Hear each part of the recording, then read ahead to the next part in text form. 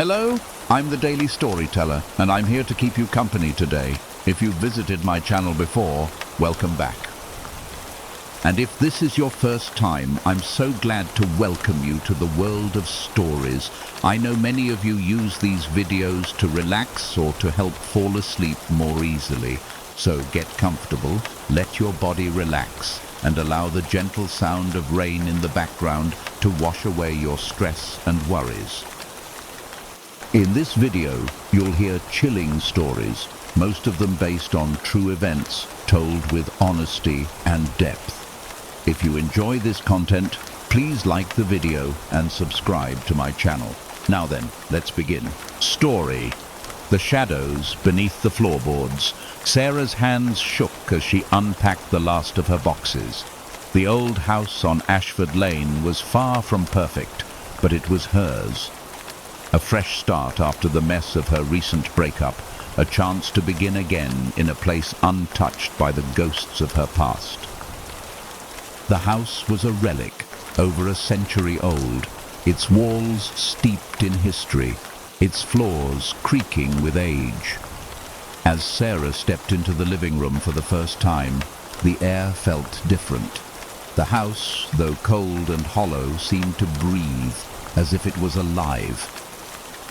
Her footsteps echoed as she made her way through the rooms, the shadows stretching long across the wooden floorboards. She had chosen this house specifically for its solitude, away from the bustling city, surrounded by overgrown hedges and dense trees. The only noise she could hear was the occasional rustle of the wind through the leaves outside. She found herself in the upstairs bedroom by nightfall, a small, cozy room with faded wallpaper and a fireplace that hadn't seen fire in years. It was exactly what she needed. The bed was simple, the sheets still crisp from their packaging.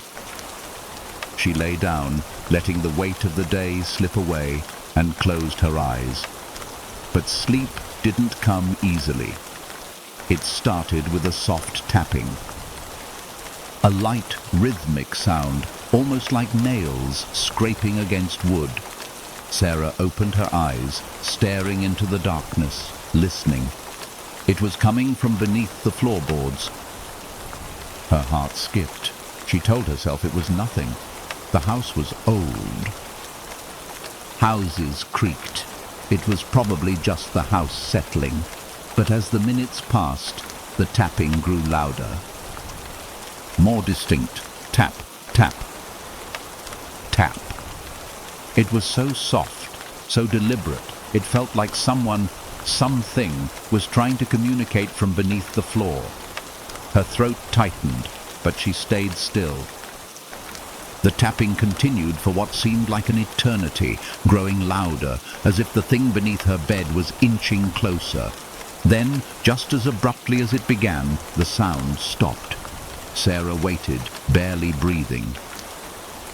The silence that followed felt heavy, suffocating. She closed her eyes again, trying to block it out, but the image of the tapping haunted her.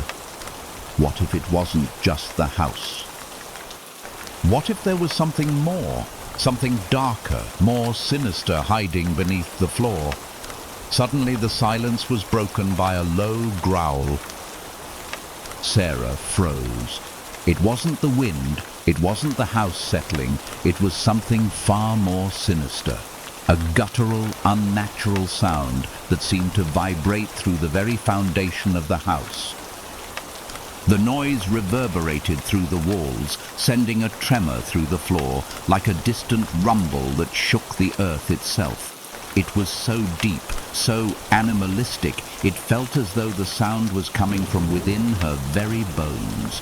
A low hiss followed, like steam escaping from a pressure cooker.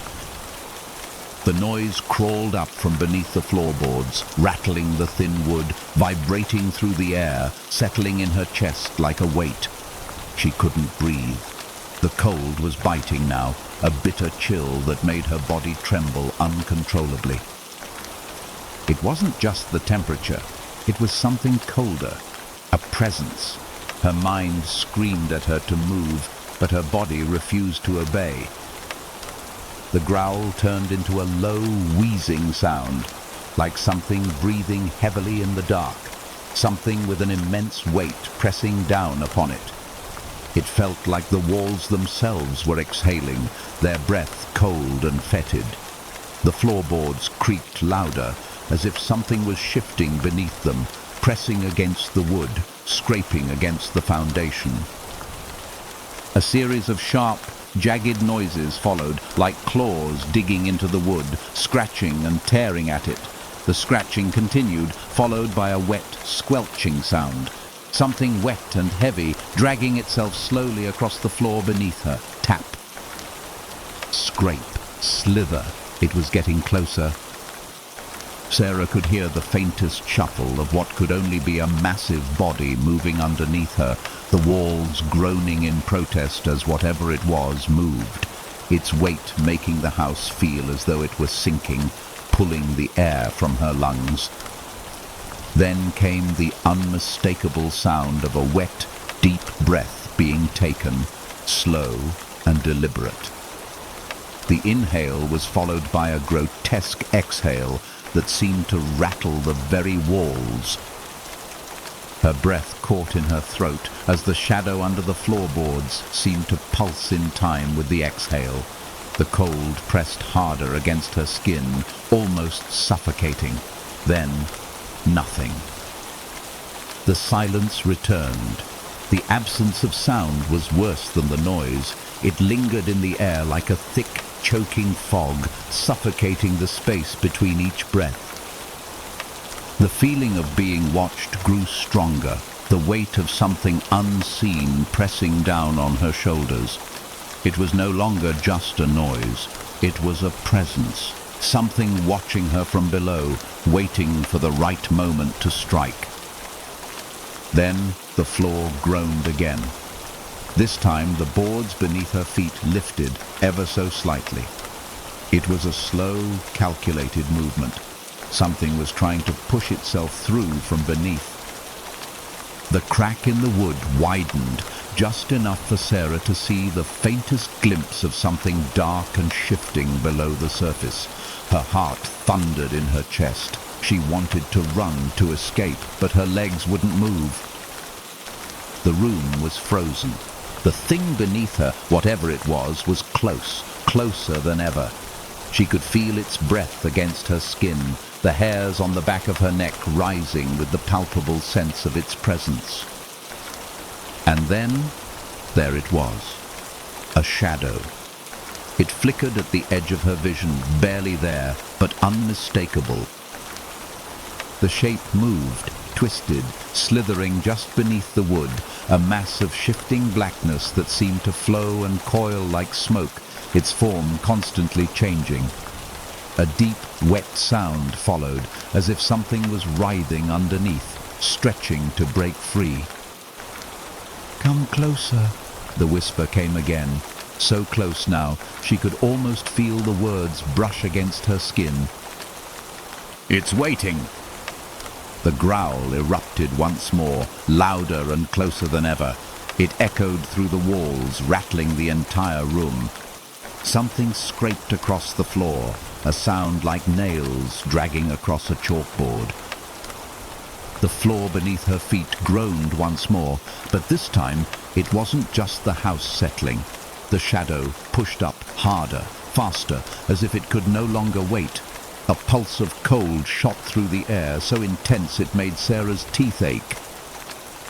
The shadow took form again, darker, clearer, a shape that seemed to twist and writhe, its edges sharp, its very presence an affront to reality.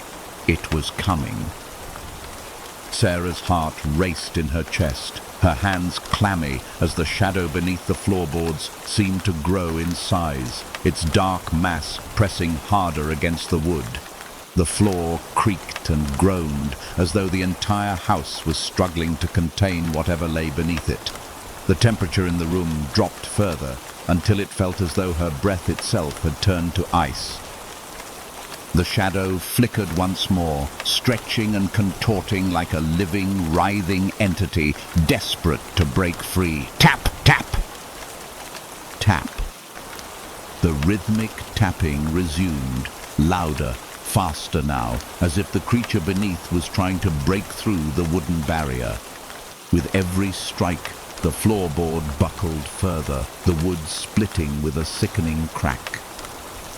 Sarah's legs trembled, unable to move. She was paralyzed, her mind screaming at her to run, but her body betrayed her, frozen in place by fear. The growl that followed was deeper now, more visceral, an animalistic sound that vibrated through the floor and into her bones. And then the silence returned. For a moment, it was as if the entire world had gone still. The house no longer groaned. The tapping had stopped. The shadow, once pulsing beneath the floor, was no longer moving.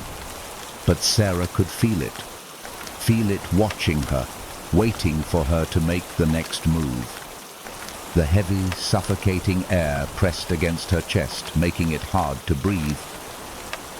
It wasn't the silence that was comforting, it was the calm before the storm.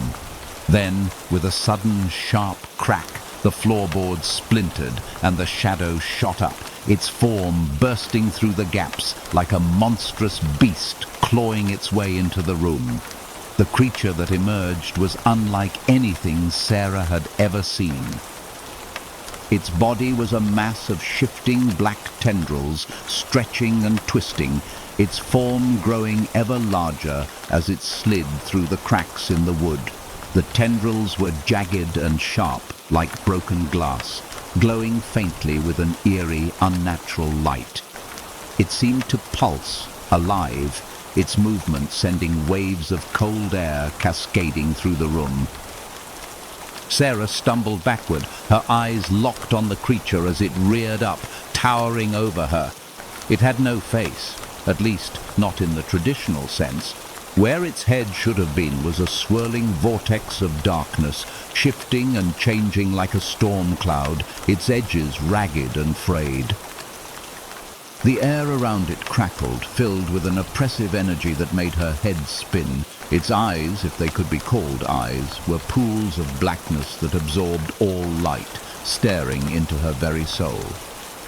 The creature let out a low, guttural growl, the sound vibrating the walls, rattling the windows. The floor trembled beneath her feet as it slithered closer, its body undulating like liquid, leaving a trail of frost in its wake. Its presence was suffocating, overwhelming, filling every corner of the room.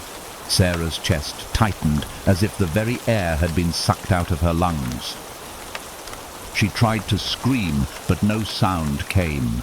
Her throat was too tight, her voice frozen in fear. It was as if the creature was feeding off her terror, growing stronger with every heartbeat, every breath.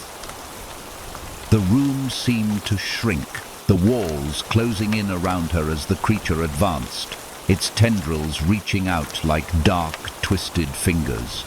The sound of its movement was like the grinding of stone against stone, a sound that grated against her nerves, sending jolts of panic through her veins. Each step it took was slow, deliberate, its presence suffusing the room with an inescapable dread.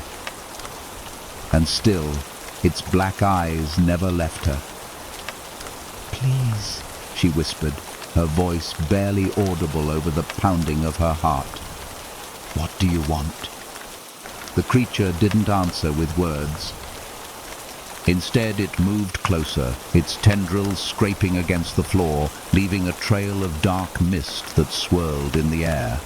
The room was filled with the smell of rot, as if the very earth beneath her was decaying. The creature's growl deepened, vibrating the floor beneath her feet. It was a sound of hunger, of something ancient and powerful that had been trapped beneath the house for far too long. In a sudden flash of movement, the creature lunged toward her, its tendrils snapping like whips. Sarah barely had time to react. She threw herself to the side, narrowly avoiding the mass of darkness that crashed into the floor where she had been standing just moments before. The room seemed to shake with the impact, the walls groaning in protest. But the creature didn't stop. It was relentless, its shadowy form crawling toward her with unnatural speed, the ground beneath her shaking with every movement. Her mind raced, her body fighting to move, to escape. But where could she go? There was nowhere to run. The creature was everywhere, its presence seeping into every corner of the room. The windows were sealed shut, the door locked. She was trapped. A sudden, frantic thought broke through the terror clouding her mind. The house. It was alive. She could feel it now. The way the walls seemed to breathe. The way the floorboards creaked under the weight of the creature's movements. The house had been hiding something dark and ancient that had been sealed away beneath its foundation. And now it was free. With a surge of adrenaline, Sarah scrambled to her feet, backing away from the creature. She reached for the door, but before she could touch the handle, the room seemed to darken further. The creature's shadow was growing, expanding, engulfing the walls, the floor, the very air she breathed. The temperature dropped again, more sharply this time, as if the life in the room had been drained away. The growl came again, louder than ever, and with it, a deep, rumbling voice filled her head. "You should have left. You cannot escape me now." Sarah turned and ran, her feet pounding against the cold floor. She didn't know where she was going, but she couldn't stay here. Not with that thing closing in on her, its presence weighing her down. She didn't dare look back, but she could feel its tendrils, its eyes following her every movement. With one final desperate push, Sarah reached the door. She threw it open, the air outside hitting her like a wave, cold and sharp. She stumbled into the hallway, breathing hard, her heart hammering in her chest. The house groaned behind her, the sound of the creature's movements growing fainter, but still there, lurking, waiting. As she turned to run, Sarah caught a glimpse of something in the corner of her eye, an old faded portrait on the wall. The woman in the picture looked strangely familiar, her face etched with sorrow and fear. Sarah's breath caught in her throat as the realization hit her. The woman in the portrait, it was her story. The lurking mist. It was late autumn when Anna moved into the old manor on Hollowbrook Hill. The house had been in her family for generations, passed down like an heirloom, wrapped in history with countless rumors surrounding it. Most of the stories were whispered among her relatives, half-hearted warnings of its mysterious past. But Anna, being the rational woman she was, dismissed these tales. She didn't believe in ghosts, spirits, or any of the paranormal nonsense that her grandmother often spoke of. The manor was simply a place of history, and history was meant to be understood, not feared. When Anna first stepped inside the manor, it felt like the house itself had been waiting for her. It was cold, the kind of cold that clung to the walls and made the air feel damp, even though the heating had been running. The smell of dust and aged wood hung in the air, mixing with the faint scent of something else, something almost metallic, like the tang of iron. She had no idea where it came from, but it wasn't unpleasant. It felt familiar, like a memory buried deep within her. The manor stood at the edge of the hill, overlooking a forest that stretched endlessly, its canopy of trees dark and dense. The wind howled through the branches, carrying with it a strange sense of desolation. It was the perfect setting for someone like Anna, who had always preferred solitude to company. But as she settled into the manor's large, empty rooms, something began to gnaw at her. It was subtle at first, a flicker in the corner of her eye, a chill that would sweep over her when the wind howled louder than usual. Still, she dismissed it, chalking it up to the isolation, to the newness of the house and her overactive imagination. But as the nights grew longer and the days shorter, things began to change. It started with the mist. At first it was nothing more than a light fog that crept up the hill from the forest, a natural occurrence that she thought little of. But as the days passed, the mist grew thicker, more unnerving. It would roll in just before dusk, creeping like a living thing, filling the air with an unnatural heaviness. And every evening, as the sun set, it would settle against the windows of the manor, forming a thick, wet blanket that obscured everything outside. It didn't belong, not here, not in this place. The first night Anna truly felt its presence was when she stood by the window, looking out at the hill beneath the dark sky. The mist had come earlier that day, smothering the landscape, and now it lingered around the manor as if it were waiting. The temperature dropped, the air becoming thick and cold, and as Anna stared into the mist, she saw something, or someone, moving within it. A figure, barely visible, cloaked in the swirling fog, moved slowly, deliberately. It was tall, but it seemed to melt into the mist as it moved, as if it were part of the fog itself. Anna's breath caught in her throat. She could barely make out the shape, but the sense of something watching her, something waiting, filled her chest with dread.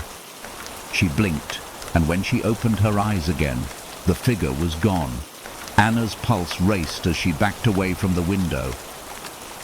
She tried to rationalize it. Maybe it was a trick of the light. Maybe it was just a shadow cast by the trees. But deep down, she knew it wasn't. It had felt real. The next few days passed in a blur of unease.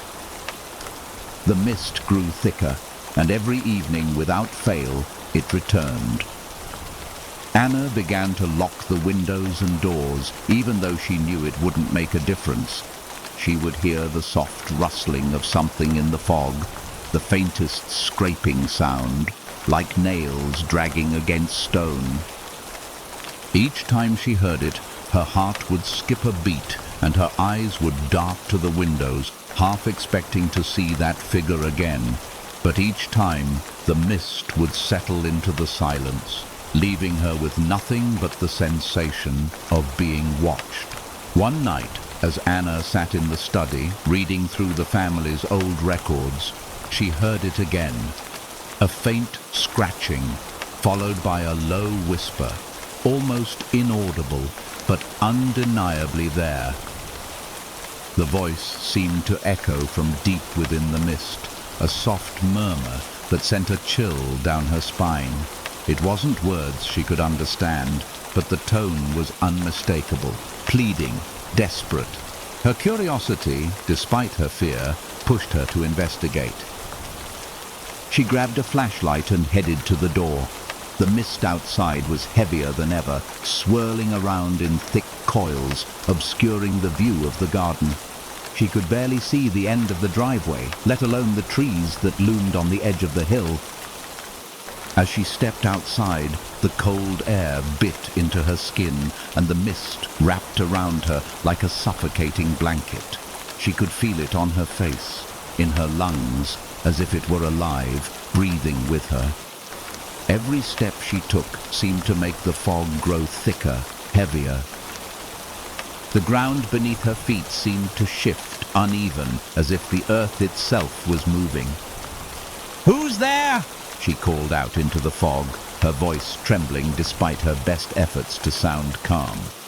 She couldn't shake the feeling that something, or someone, was out there in the mist, just beyond the reach of her flashlight's beam. No response. The silence stretched on, but then it came, slowly at first, a soft, scraping noise from the edge of the garden. It was distant, but unmistakable. Something was moving in the mist. Her flashlight flickered, casting strange shadows across the yard, as if the darkness itself was reaching out to her. The scraping sound grew louder, closer now, followed by a whisper, low, almost growling, but still muffled, like it was struggling to make its way through the fog. And then she saw it. A figure, more distinct now, but still blurred by the mist, emerged from the darkness. It was tall, hunched, its limbs twisted in unnatural angles. Its head was tilted at an odd, impossible angle, and its body seemed to pulse with the mist, as if it were one with it. The figure stepped forward, its feet dragging against the ground, leaving behind dark footprints in the wet earth. Anna's breath caught in her throat as the figure moved closer. She could make out more details now. Its skin was pallid and mottled, its face elongated and gaunt, its eyes wide open but empty, like two black holes staring into her soul. The whispering grew louder, more distinct now, and she realized that it was calling her name. Anna. Anna. Her legs felt heavy, like they were sinking into the ground as she stood frozen in place. She couldn't move, couldn't speak. The figure was so close now, she could feel its cold, clammy breath against her skin, though it didn't make a sound. It was as if it were a part of the mist itself. The last thing she heard before everything went black was the whisper, clearer than ever. "Come with me. I've been waiting." Anna's world spun as the figure loomed closer. The whispering continued, its tone growing louder, more insistent, seeping into her bones. "Come with me. I've been waiting." Her heart thundered in her chest as she tried to move, tried to scream, but the air around her felt thick, like she was wading through water. Her body wouldn't obey. It was as though the fog had a hold of her, its cold fingers wrapping around her limbs, locking her in place. The figure, if it could be called that, drew closer, its presence smothering her every thought. Its pale, twisted face was now inches from hers, its wide, empty eyes staring into hers as though they could pierce through her very soul. Anna's breath was shallow, her heart beating so loudly that it drowned out every other sound. The figure's skin was unnaturally white, stretched tight over its bones, and its mouth, though it remained closed, seemed to twitch, like it was trying to speak. The smell that emanated from it was rancid, like decay, the stench of something that had been dead for too long, trapped in the mist. The whispering intensified, now a low, guttural murmur that vibrated the air around her. The words were unintelligible, but the meaning was clear. It wanted her. It needed her. "Anna!" the figure rasped, its voice not a whisper anymore, but a low rasp that scraped against her nerves. "Come." Without warning, the creature reached out, its bony hand grasping her wrist with terrifying strength. It was ice cold, like touching the surface of a frozen lake, and Anna gasped, feeling an immediate jolt of coldness shoot through her veins. The frost spread quickly, climbing up her arm, numbing her fingers and making her vision blur. Her eyes darted around, searching for an escape, but the mist was closing in, swallowing everything around her. There was no longer any path to safety, no open door to run to. The manor stood silent, a dark silhouette behind her, but the mist seemed to have cut her off from everything else. The figure held her tightly, its grip unyielding, and she could feel its influence seeping into her thoughts, clouding her judgment, drowning her in a haze of fear. "Let go!" Anna tried to scream, but her voice caught in her throat, barely escaping as a choked gasp.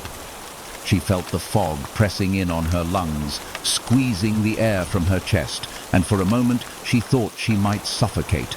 The figure tilted its head slightly, almost as if considering her plea.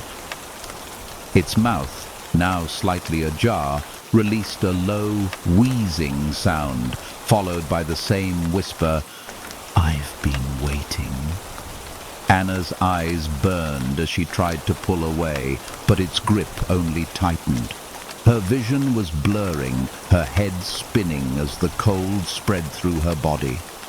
The world around her seemed to dissolve into the mist, the outline of the manor fading, the trees vanishing into an inky void. She could no longer tell where the mist ended and the figure began. It was as though they were merging, becoming one. In a burst of panic, Anna forced her hand free, the movement jolting her body as if she had just broken free from a spell.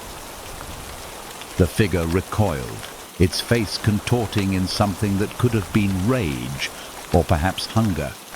It seemed momentarily stunned, but then its eyes narrowed and the ground beneath Anna's feet began to tremble. The mist grew thicker, swirling around her, pressing in on all sides, suffocating her. She could barely see her own hands in front of her face. "Please," she gasped, her voice barely audible, "leave me alone." But the creature didn't listen. Its form began to stretch, growing taller, more insubstantial, as if it were pulling itself up from the very ground. The fog thickened around her, swirling in chaotic patterns, and the whispering returned, now louder, more frantic. It was no longer just the one voice.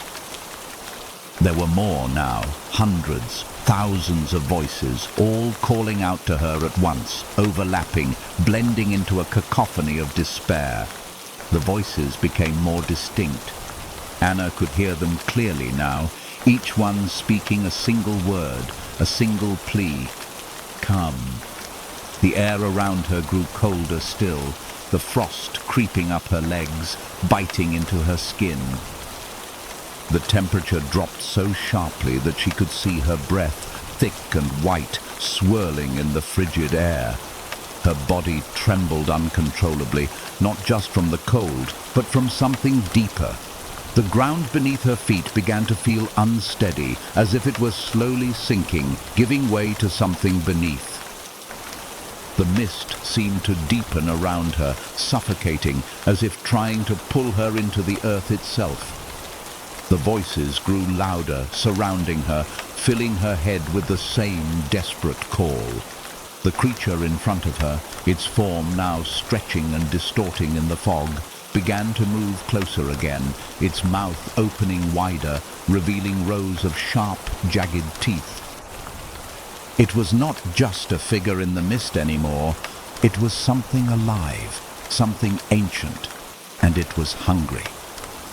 Anna stumbled backward, her legs shaking with fear and cold. She could hear her heartbeat in her ears, louder now, thudding in her chest. Every step she took seemed to make the ground beneath her feet sink deeper into the mist, the darkness pressing in tighter around her. With every breath, the cold seemed to grip her more fiercely, as if the fog itself was choking her. The creature's laughter, a low, rumbling sound, echoed around her, sending shivers down her spine. "You can't run," it whispered again, its voice now a guttural rasp. "You're already ours." The air around her began to pulse, the pressure mounting. Anna's legs buckled beneath her, and she fell to her knees. She could feel the mist seeping into her skin, filling her lungs.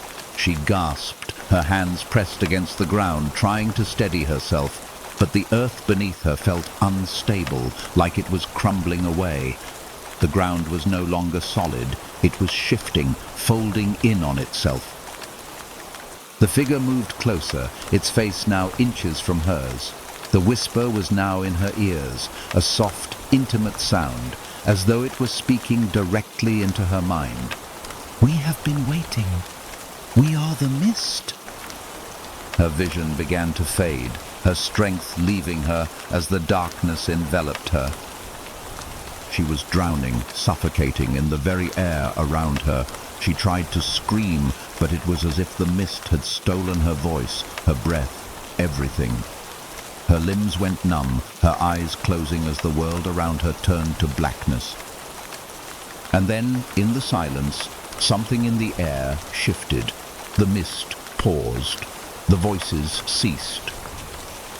For a brief moment, there was nothing but stillness. A quiet, terrible calm. Story. Echoes from the hollow tree.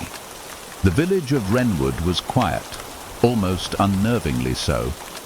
Nestled deep in the heart of an ancient forest, it was a place untouched by the rapid march of time. The streets were cobblestone, the houses old stone and wood, their roofs covered in moss and ivy. The villagers went about their lives with a slow, deliberate pace, their days filled with the quiet rhythms of nature. But for all its charm, there was something unsettling about Wrenwood, something hidden beneath the surface, something that no one talked about. It was a place where shadows seemed to linger just a little too long, where the wind carried whispers through the trees. Ellen had always found the village strange. She had grown up here, but something about it had always unsettled her. Perhaps it was the old, gnarled tree at the edge of the village, the one they called the hollow tree. No one ever spoke of it directly, but everyone knew about it. The children dared each other to touch its bark, but none ever stayed close for long. The adults avoided the area altogether, walking hurriedly when they had to pass by, casting nervous glances at the twisted limbs that reached out like skeletal fingers. The hollow tree stood at the edge of the forest, its twisted roots sprawling across the earth like veins, its branches like a maze of dark limbs reaching into the sky. The tree had been there for as long as anyone could remember. It was said to be ancient, older than the village itself, and the villagers had long held a superstition that it was cursed. Stories whispered of people who had gone into the forest and never returned, their fates unknown. The elders spoke of the tree in hushed tones, warning the younger generation never to venture too close. But Ellen had never been one to heed warnings. She had always felt a strange pull toward the tree, a curiosity she couldn't explain, an itch that gnawed at her every time she passed it. It was on a stormy night in late autumn when Ellen's curiosity finally got the better of her. The wind howled through the village, rattling the windows of her small cottage, and the rain fell in sheets as if the heavens themselves were weeping. The fire crackled in the hearth, but the warmth couldn't dispel the sense of unease that had settled in her chest. She sat by the window, staring out at the storm, her thoughts swirling in the storm's wake. The hollow tree was out there, just beyond the edge of the village, looming like a shadow in the distance. Ellen had heard the stories, of course. Everyone had, but they were just that, stories. Old tales meant to frighten children, to keep them in line. The villagers avoided the tree out of fear, but Ellen could never quite shake the feeling that there was something more to it, something important. It had always been there, watching over the village like a silent sentinel. She had to know what it was. Without thinking, Ellen grabbed her coat and pulled it tight around her, heading for the door. The storm raged outside, but she hardly noticed. The hollow tree was calling to her, and she could feel the weight of it pressing down on her chest. She stepped out into the wind, the rain hitting her face in sharp, cold bursts. The village was silent, its buildings swallowed by the storm, but the hollow tree stood in the distance, dark and unmoving, as if it had always been waiting. As she walked toward the tree, the air grew colder. The wind seemed to grow still, as though the storm was holding its breath. Ellen's footsteps echoed in the empty streets, the only sound the rhythmic slap of her boots against the cobblestone. The closer she got, the more the atmosphere seemed to change, the air thickening with a strange, palpable tension. It felt like she was walking into a different world altogether, one where the laws of nature didn't apply. When she finally reached the edge of the forest, she paused. The hollow tree loomed in front of her, its bark dark and twisted, its limbs reaching out like the fingers of a long-dead giant. The wind had died completely, and the only sound was the soft rustling of leaves in the trees. There was an eerie stillness to the air, a sense of something ancient and unknowable watching her from the darkness of the forest. Ellen stepped forward, her heart pounding in her chest. She reached out and touched the tree's bark, feeling its rough surface beneath her fingertips. A strange chill ran through her, like ice creeping up her arm, and she jerked her hand back. The sensation was so strong it took her breath away. For a moment she thought she heard something, a whisper, faint but unmistakable, coming from deep within the tree. She froze, her heart racing, her breath coming in shallow gasps. "Hello," she called out, her voice trembling in the stillness. There was no response, only the sound of the wind picking up again, rustling the leaves above her. But the whisper seemed to echo in her mind, growing louder, more urgent. She could almost make out the words, though they were too soft to hear clearly. They were like a distant memory, a faint echo of something that had been buried long ago. Suddenly, the ground beneath her feet shifted. She stumbled, grabbing onto the tree for support, and felt the earth beneath her tremble. The hollow tree groaned, its bark shifting and cracking as though it were alive. The air around her grew colder, and a dense fog began to rise from the ground, swirling around her ankles like tendrils. Ellen's heart skipped a beat, and she felt a wave of dizziness wash over her, as if the world itself was tilting. The whispers grew louder, more distinct now, but they still made no sense. "Come closer," a voice whispered. "Come and see." Ellen's eyes widened, and her breath caught in her throat. She stepped back, but the fog seemed to follow her, closing in on her like a suffocating blanket. The whispers grew louder, more insistent. It felt like they were coming from everywhere and nowhere, all at once. Something was reaching out from within the tree, something ancient and powerful, and it wanted her. Ellen's legs felt heavy as she tried to move, her body trembling with a mixture of fear and confusion.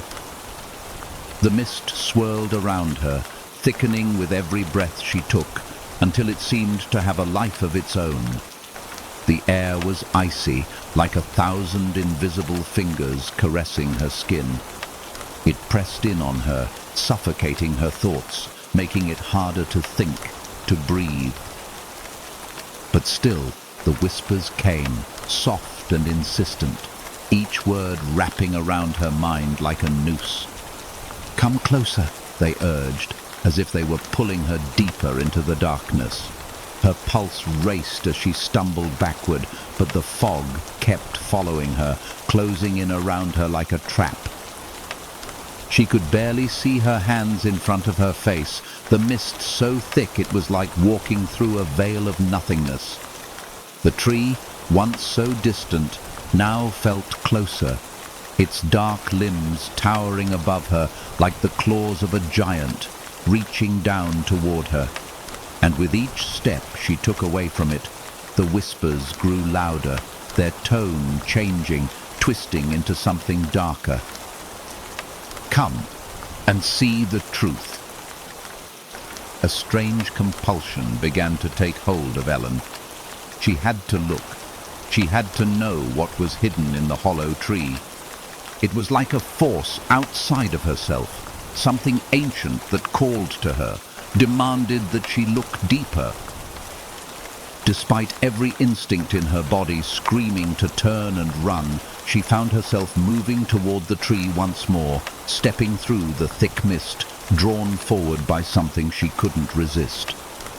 The moment her fingers touched the tree again, the ground beneath her feet trembled violently, and a deep rumble filled the air, like the sound of something waking up after centuries of slumber. The tree groaned, its bark splitting down the middle, revealing an abyss within. The darkness inside was unnatural, a void that seemed to pull at her very soul, drawing her in with an invisible force. Ellen's breath caught in her throat as a figure began to emerge from the darkness, its shape barely visible at first, but slowly taking form. The figure was tall, draped in tattered robes that seemed to move with a life of their own, as though they were part of the mist itself. The face was hidden beneath a hood, but Ellen could feel its gaze, cold and piercing, boring into her mind. "You shouldn't have come," the figure whispered, its voice a deep rasp. "But now that you have, you will never leave." Ellen tried to scream, but no sound escaped her lips. The fog seemed to smother her voice, and the figure's presence pressed down on her chest like an iron weight. The mist began to swirl around her, faster now, as if it had a mind of its own, consuming her. The whispers merged into a single, unified chant, a chant of warning, of doom. Her vision blurred, her body numb from the cold, and just as the figure stepped forward, its hand reaching out to touch her, the darkness inside the trees surged forward, swallowing her whole. Story. The howling wind at midnight. The small coastal town of Stormwatch had always been known for its relentless winds. Nestled against jagged cliffs, its weather was a constant assault, a cruel reminder of the unforgiving sea that surrounded it. The townspeople had long since grown accustomed to the winds, which howled through the narrow streets and rattled the windows of old houses. But there was something different about the wind this time, a shift, a change that no one could quite explain. It began subtly on a cold winter evening when Lily moved back to Stormwatch after years of being away. She had grown up there, but after her parents' mysterious disappearance, she had left, seeking peace and distance from the town that had always felt suffocating. She never quite understood the tension that hung in the air, the strange way the villagers avoided certain topics or rushed through the streets when the wind picked up. Her parents had always warned her not to wander too far at night, not to stand on the cliffs when the storm came in, and she had listened. But after their disappearance, she no longer felt the need to adhere to the old rules. When she returned, the town seemed to have changed. The once bustling harbour was now quiet, the ships that used to come in with cargo now few and far between. The town itself felt as though it was slowly being consumed by the sea and the wind, as though the very earth was eroding beneath it. The first night she stayed in her family's old cottage, the wind began to howl at midnight. It wasn't just the usual gusts that whistled through the eaves of the house. It was a deep, guttural sound, like something trying to break through the walls of reality itself. Lily pulled the blanket tighter around her shoulders as she lay in bed, her eyes wide open in the darkness. She could feel the pressure of the wind, the way it seemed to grow stronger, more insistent, as though it were trying to send a message. A strange shiver ran down her spine as she listened to the wind's mournful wail. It was like the sound of 100 voices, all crying out at once, the air thick with sorrow and desperation. The wind seemed to carry with it something ancient, something that had been waiting, dormant for years, biding its time until someone came back. Lily tried to shake off the feeling, telling herself it was just the wind. After all, it had always been loud here, always howling in the night. But tonight, something felt wrong. The wind wasn't just an irritant or an annoyance, it was a presence, an entity that seemed to breathe and shift with the rhythm of the storm. Suddenly, there was a knock at the door. It was soft at first, almost imperceptible, but then it came again, louder, more insistent. Lily jumped, her heart racing as she climbed out of bed. Who could be at her door at this hour, with the storm raging outside? She reached for the doorknob, her fingers trembling as she turned it. As she pulled the door open, the wind rushed in, biting at her skin, the howl of it deafening. But there was no one there. Only the empty darkness of the night stretched out before her, the storm swirling around the cottage like a living thing. Her breath came in sharp gasps as she stepped outside, the wind immediately pressing against her, forcing her back toward the door. She looked around, but there was no sign of anyone. No footprints in the snow, no lights in the distance, only the relentless howl of the wind. Lily closed the door and leaned against it, trying to calm her racing heart. She had heard stories about the wind, of course. The townspeople had always talked about it in hushed voices, saying that when the wind howled like this, it meant something was coming, something was awakening. The wind continued its eerie wail, echoing through the small house, and Lily couldn't shake the feeling that she wasn't alone. She turned away from the door and made her way back to her bedroom, but the strange sensation lingered. It was as if something or someone was watching her from the shadows, waiting for her to make a mistake. The wind seemed to follow her, curling through the cracks in the walls, whispering things she couldn't understand. There were times when she thought she heard faint voices in the gusts, voices that didn't belong to the wind, voices that sounded familiar. Her mother's voice, her father's, the voices of people she hadn't heard in years.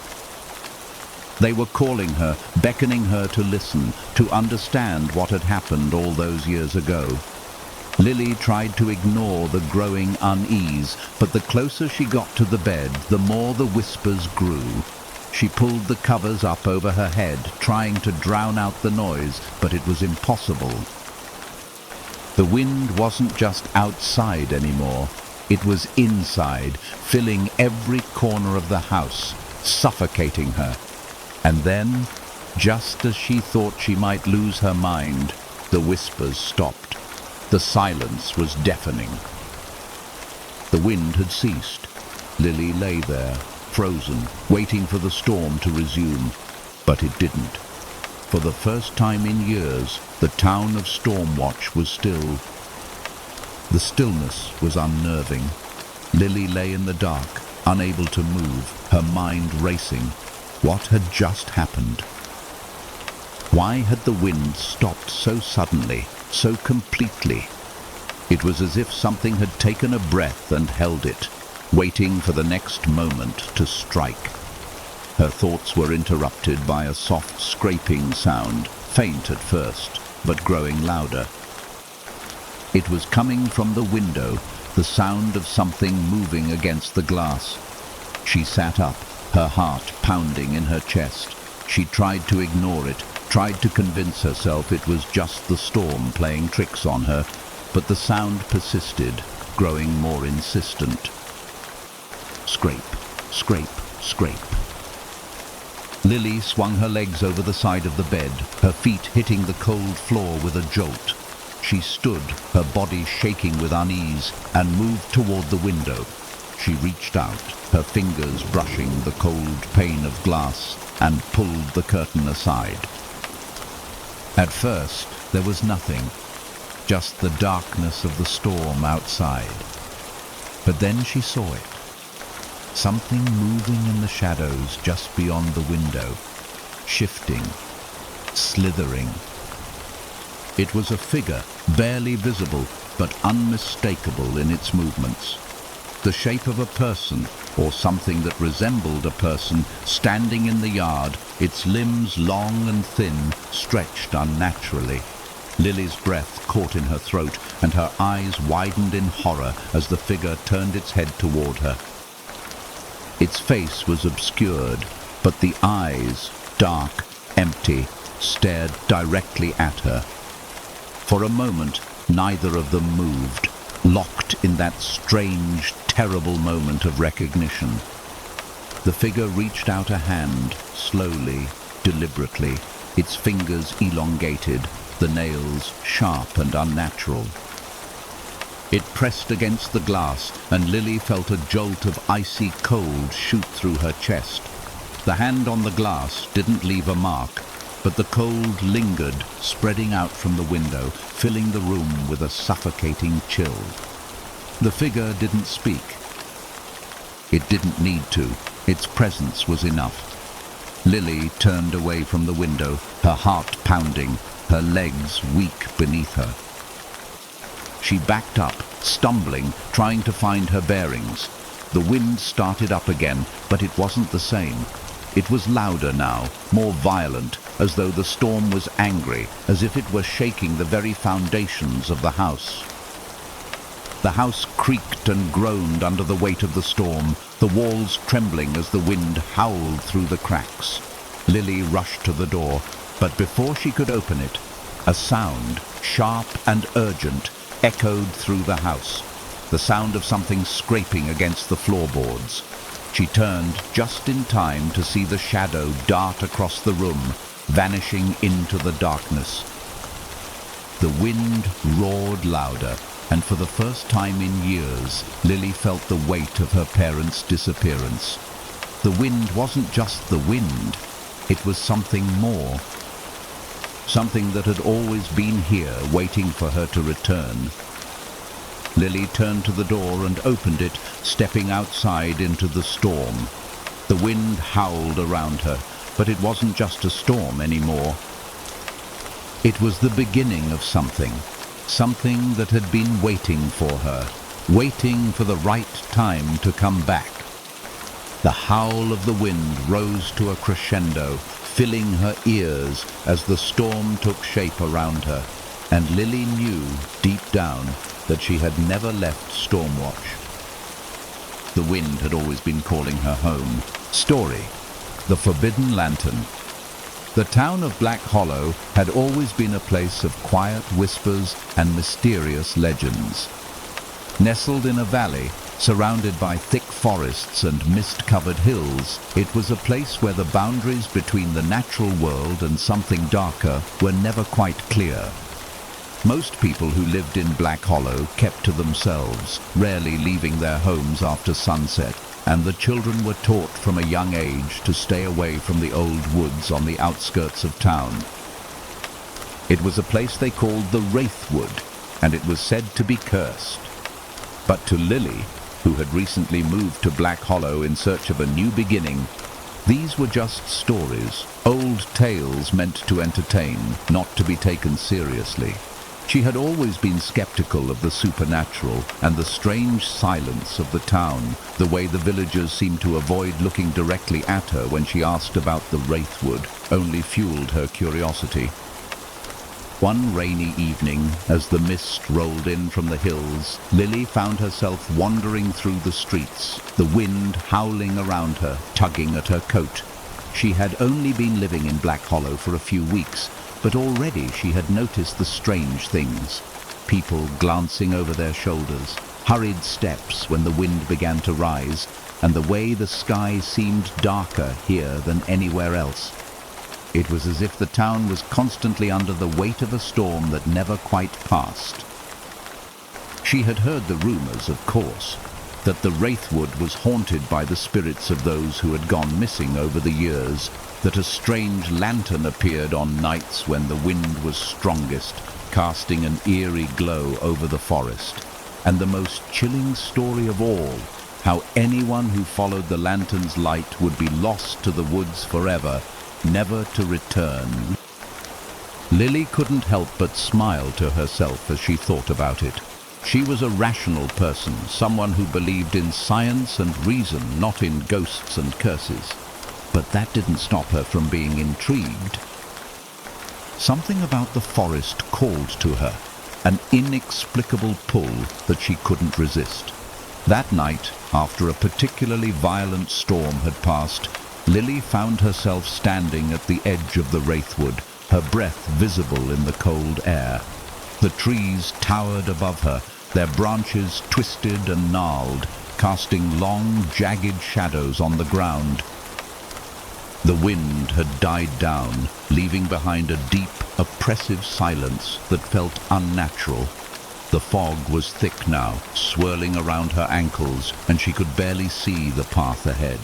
She stepped forward, the ground soft beneath her feet, the leaves slick with rain. As she walked deeper into the forest, the sense of being watched grew stronger. It was as if the trees themselves were alive, their twisted limbs reaching out to trap her, to pull her deeper into the woods, but she didn't turn back. The stories, the warnings, everything seemed to fade as she moved forward, driven by a force she couldn't explain. After what felt like hours, Lily stumbled upon something unexpected, an old stone lantern half buried in the dirt. It was unlike anything she had ever seen, with intricate carvings etched into its surface, faded by time but still discernible. The lantern seemed to hum as though it were alive, the faintest glow flickering from within. Lily's breath caught in her throat as she leaned closer, her fingers trembling as she reached out to touch it. As soon as her fingers brushed against the stone, the lantern flared to life. A soft, warm light poured from its core, casting long shadows on the forest floor. The light was beautiful, but it was also wrong, unnatural. It didn't belong in the Wraithwood, a place where no light was supposed to shine. For a moment, Lily stood frozen, mesmerized by the glow. The lantern beckoned her, its light pulling her deeper into the forest. She could feel a compulsion growing within her, a need to follow the light wherever it led. But even as she moved forward, a part of her mind screamed at her to stop.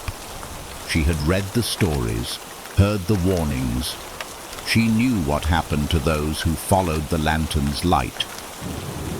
But curiosity got the better of her. She stepped forward, following the lantern as it bobbed in the distance, its glow dancing through the trees. The mist grew thicker as she walked, the forest becoming more oppressive, the trees closing in around her. It felt as though the forest was alive, its every creak and groan reverberating through her bones. Her breath quickened, but she couldn't stop now. The lantern's light was her guide, her only connection to reality, to the world outside the Wraithwood. The deeper she went, the more disorienting the forest became. The path seemed to twist and turn on itself, and Lily could no longer be sure of where she was. The trees looked the same, their branches reaching out like twisted hands. The air grew colder, and she shivered, but she pressed on, her eyes fixed on the lantern. Then, as she rounded a bend in the path, she saw it, a figure standing just beyond the trees. It was tall, cloaked in shadow, its face hidden beneath the hood of its cloak. The figure didn't move, but Lily felt its presence like a weight pressing down on her chest. Her heart pounded in her ears as she stepped forward, drawn toward it by some unseen force. "Who's there?" she called, her voice barely more than a whisper. The figure didn't respond. It simply stood, motionless, staring at her. The lantern flickered, casting strange shadows on the figure's face, but there was no answer, no movement. Lily's breath caught in her throat as she took another step forward, her eyes locked on the figure's silhouette. Something about it felt wrong, like a presence that shouldn't exist in the world of the living. And then, before she could react, the figure stepped back into the trees, vanishing into the mist as if it had never been there at all. Lily stood frozen for a moment, her breath catching in her throat. The lantern's light seemed to flicker, its glow dimming slightly, as though something had disturbed it. The silence that followed was deafening. broken only by the faint rustle of leaves in the wind. She turned around, wanting to leave, but the path was gone. The forest had closed in behind her, leaving her trapped. A low, guttural growl echoed from the trees. The growl sent a jolt of terror through Lily's body, and she turned, her eyes wide with fear.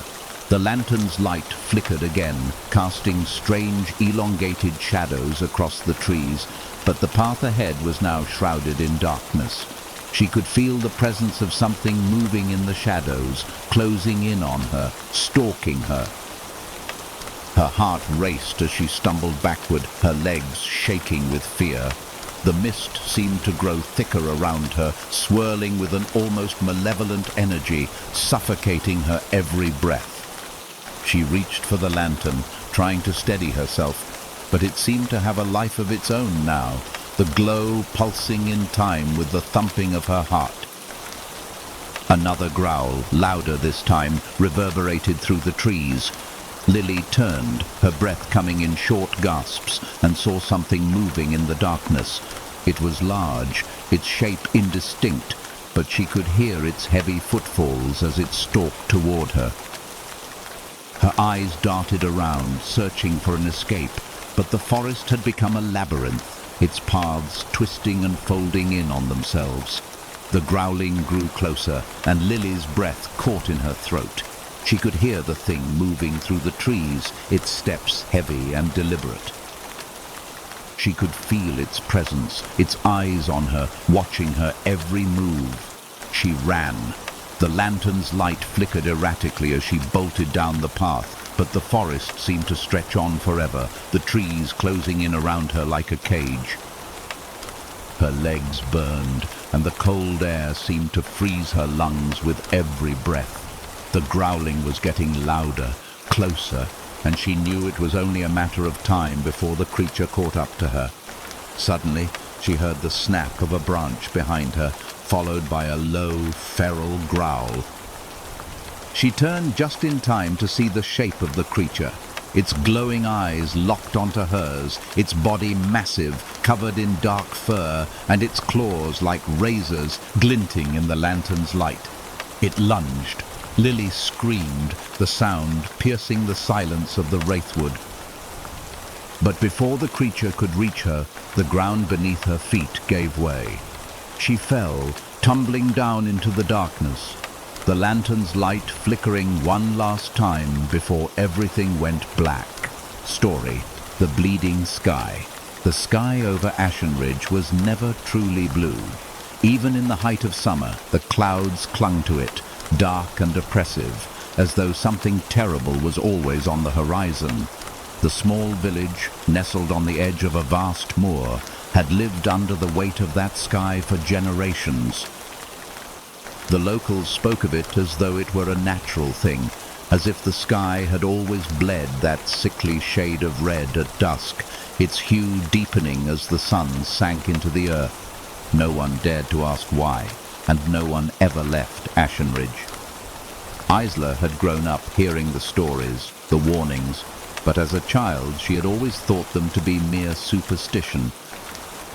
Her parents had never spoken much about the sky, and the town's elders rarely ventured far from their homes.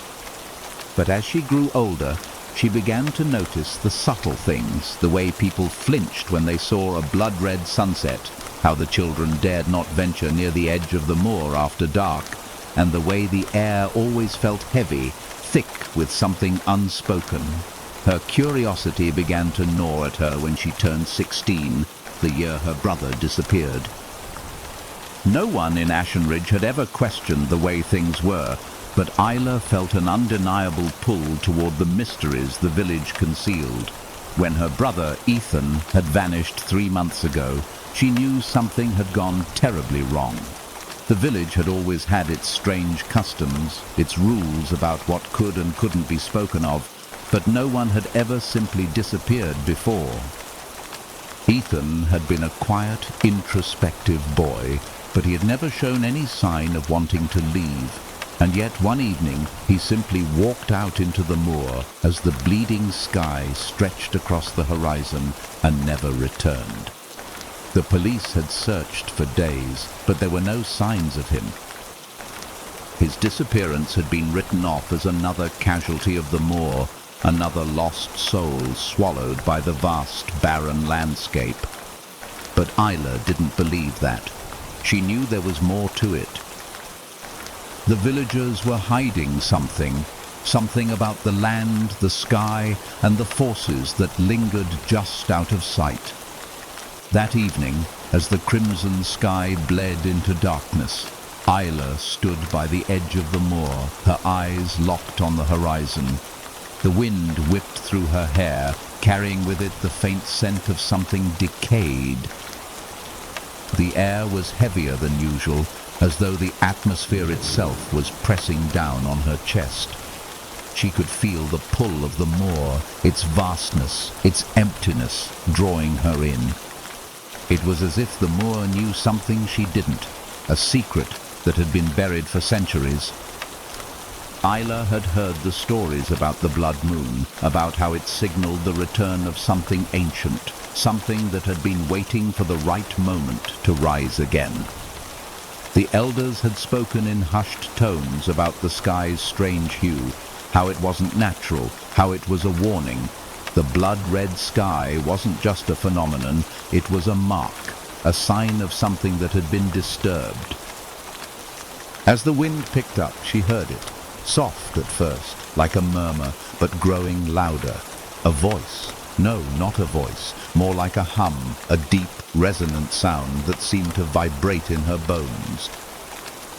The hair on the back of her neck stood on end as she turned, her heart pounding in her chest. It wasn't the wind. This sound was coming from the moor, from the very earth beneath her feet.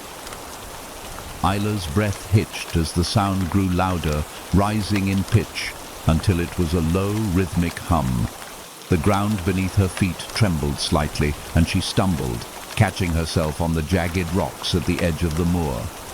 The air was thick now, charged with something unnatural, and the sound began to change, turning into a series of whispers, too fast for her to understand, but unmistakably urgent. Her legs moved of their own accord, carrying her forward, toward the heart of the moor.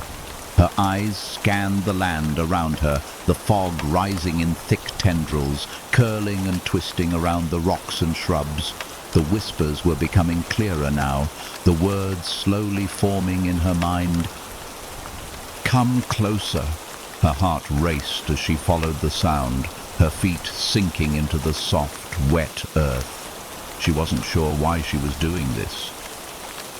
It was as if something inside her was pushing her forward, urging her to uncover the truth. And then, through the fog, she saw it.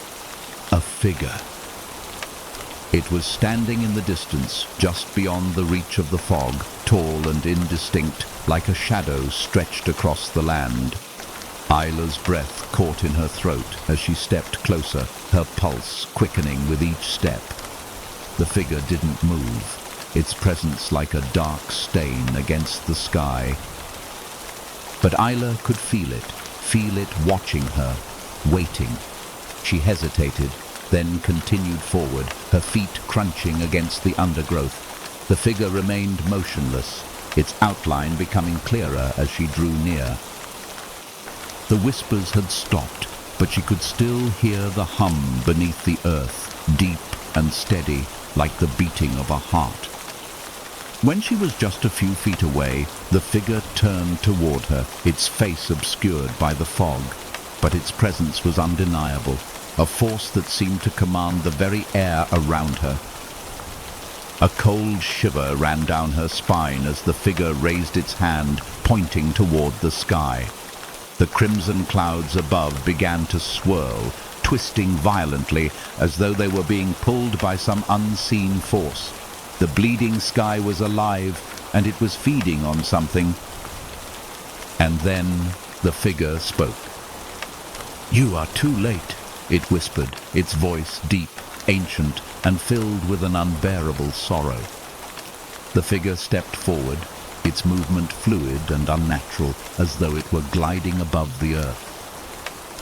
Isla's heart skipped a beat, and she stumbled backward, a wave of fear crashing over her. Her mind screamed at her to run, to turn and leave, but her body refused to obey. She was rooted to the spot, unable to move. The figure's voice, low and resonant, filled the air again. The sky is bleeding because of you, because of what you've awakened. The words struck Isla like a physical blow. She felt as if the ground beneath her was shifting, the very earth giving way. The blood-red sky above seemed to pulse, and the air grew colder still until it felt like she was suffocating. Isla's voice faltered, the words caught in her throat. What do you mean? What have I awakened? The figure raised its hand again, pointing toward the moor, and as it did, the ground began to tremble. Isla looked down, her breath catching in her throat as cracks spread across the earth beneath her. The soil split open, revealing a black, gaping void, an abyss that seemed to stretch into eternity. From the depths of the hole, something began to rise. Dark, writhing shapes, like tendrils reaching toward the surface, pulling themselves from the depths of the earth. Isla's breath caught in her throat as the figures began to take form. They were human, but not. Their faces were contorted, their bodies twisted, as if they had been distorted by some dark force. Their eyes glowed a sickly yellow, and their mouths hung open in silent screams. They moved slowly, dragging themselves from the void, their limbs jerking unnaturally as they reached for her. The figure spoke again, its voice now a low, mournful chant. This is what you have called forth. The darkness beneath the earth, the hunger of the void, it will consume this land, and you with it. Isla's legs gave way, and she fell to her knees, her hands pressed against the cold earth. She could feel the vibrations of the creatures below her, the hum that resonated through her very bones. The ground was alive, and it was hungry. Tears welled in her eyes as the truth settled in. The blood-red sky, the whispers in the fog, the disappearances, it was all connected.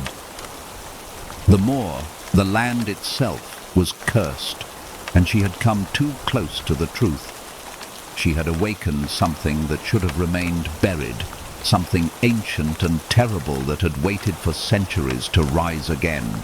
The creatures in the distance began to move faster, dragging themselves toward her with horrifying speed.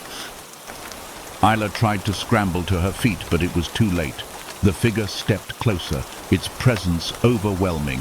Its eyes gleamed with an unsettling satisfaction as it looked down at her. "It's time," it said, its voice like the rattle of dry bones. "Time for you to join them." As the ground cracked open further and the creatures closed in, Isla felt the pull of the abyss, the darkness that was rising to consume her. Her body trembled with terror, but her mind went blank. There was no escape. The sky above continued to bleed, and the earth below opened wide, ready to swallow everything whole. And then, in that final moment, as the creatures reached for her, the world around Isla darkened completely, and the last sound she heard was the mournful hum of the earth's heartbeat, beating with the rhythm of death. Story: The Silent Stalker in the Fog. The small, isolated town of Greystone was the kind of place where nothing ever seemed to change. The streets were narrow, lined with weather-beaten houses that had stood for centuries. The town's main feature was its thick fog, which rolled in from the sea every evening without fail, swallowing everything in its path. It wasn't just a mist. It was as though the very air was alive, moving with a weight and purpose that made the villagers uneasy. It covered the streets, the houses, the fields, leaving nothing but shadows and whispers. The fog was their constant companion, and they had learned to live with it, to accept it, but always with the unspoken understanding that something was hidden within it. For as long as Emily could remember, she had lived in Greystone. She had grown up with the stories of the fog, the warnings from her parents and the elders in the town. They spoke of things that lurked in the fog, things that had been there long before the town had been built, long before anyone could remember. The elders warned her never to stray too far from the village when the fog settled in, to always stay in the light, and most importantly, they warned her to never, under any circumstances, look into the fog too long. Emily had always dismissed these stories as superstition. The fog was just a natural occurrence, the result of the town's proximity to the sea. But as she grew older, something about the fog began to bother her. She couldn't quite put her finger on it, but there was always a presence in the air when it settled in, a feeling of being watched, of being followed, even when there was no one around. And then there were the strange disappearances. People had gone missing over the years, always after the fog rolled in. At first, the disappearances had been written off as accidents, people getting lost in the fog, wandering too far and becoming disoriented, only to end up in the sea or the cliffs. But as time passed, the disappearances became too frequent, too unsettling. One by one, the people of Greystone began to vanish, leaving behind nothing but an eerie emptiness in their wake. Emily had always known that something was wrong, something that couldn't be explained by simple accidents. And now she was beginning to feel it more acutely. It had been 2 weeks since the last disappearance. Rachel, a woman who had lived in Greystone all her life, had vanished without a trace. The fog had been particularly thick that night, and no one had seen or heard from her since. The village was on edge, whispers travelling through the streets, and even the bravest of the townsfolk no longer ventured out after dark. But Emily wasn't afraid. She couldn't shake the feeling that she was getting closer to understanding the truth. She couldn't ignore the growing sense of dread that seemed to have settled in the pit of her stomach, a feeling that the fog wasn't just a natural phenomenon. That night, as the sun dipped below the horizon and the fog began to roll in from the sea, Emily made up her mind. She had to see for herself, to confront whatever it was that had been haunting her town for so long. She wrapped herself in a thick coat, grabbed a lantern, and stepped out into the thickening mist. The air was already cold, the fog wrapping around her like a suffocating blanket, reducing everything to an indistinct blur of shadows and shifting shapes.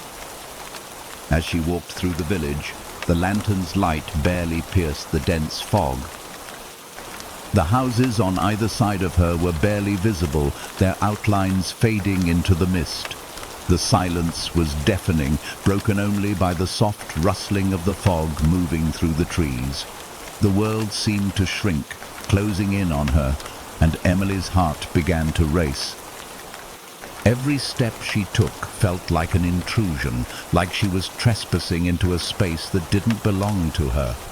The fog thickened with each passing minute, and soon Emily could barely see more than a few feet in front of her. She was almost at the edge of the village now, where the fog was deepest, when she heard it. A soft rustling sound, like footsteps moving through the mist behind her. She froze. The sound was faint but unmistakable. Someone or something was following her. Emily's heart skipped a beat as she slowly turned around, the lantern trembling in her hand.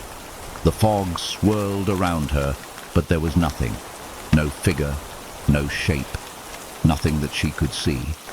The sound of the footsteps continued, but it was as if they were coming from the fog itself, an eerie, intangible presence. "Who's there?"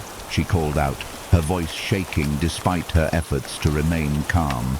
There was no answer, just the sound of the footsteps drawing closer, closer, until it felt like something was right behind her, just out of sight. Her instincts screamed at her to run, but her feet felt like they were frozen in place. The footsteps came closer still, and with every step, the air around her grew colder. The fog pressed in, its tendrils reaching for her like fingers, pulling her deeper into the silence. And then, through the fog, she saw it. A figure, tall, thin, and cloaked in darkness, emerged from the mist, its form barely visible, but its presence undeniable. It was standing just a few feet away from her, its face hidden in shadow. It didn't move, but Emily could feel its gaze on her, cold and calculating, as if it were waiting for something. Her breath caught in her throat. She wanted to run, to flee back to the safety of the village, but her body refused to move. The figure stepped forward, its movements slow and deliberate, as if it was savoring the moment. And then, in a voice that was barely a whisper, it spoke. "You shouldn't have come." The words sent a chill down Emily's spine, and she instinctively stepped back, her lantern shaking violently in her hand. The fog seemed to close in tighter, its cold breath pressing against her skin, wrapping around her like a suffocating blanket. The figure moved again, its long, dark limbs shifting through the fog as it took another step forward. Emily's legs shook with fear, but she forced herself to stand tall. She tried to speak, to ask who or what it was, but her voice faltered. The figure didn't seem to be in any hurry. It moved like something that had all the time in the world, its steps silent in the thick fog. I don't understand," Emily finally managed to say, her voice trembling. "What is it you want?" The figure didn't answer immediately. Instead, it tilted its head, the shadows around it deepening.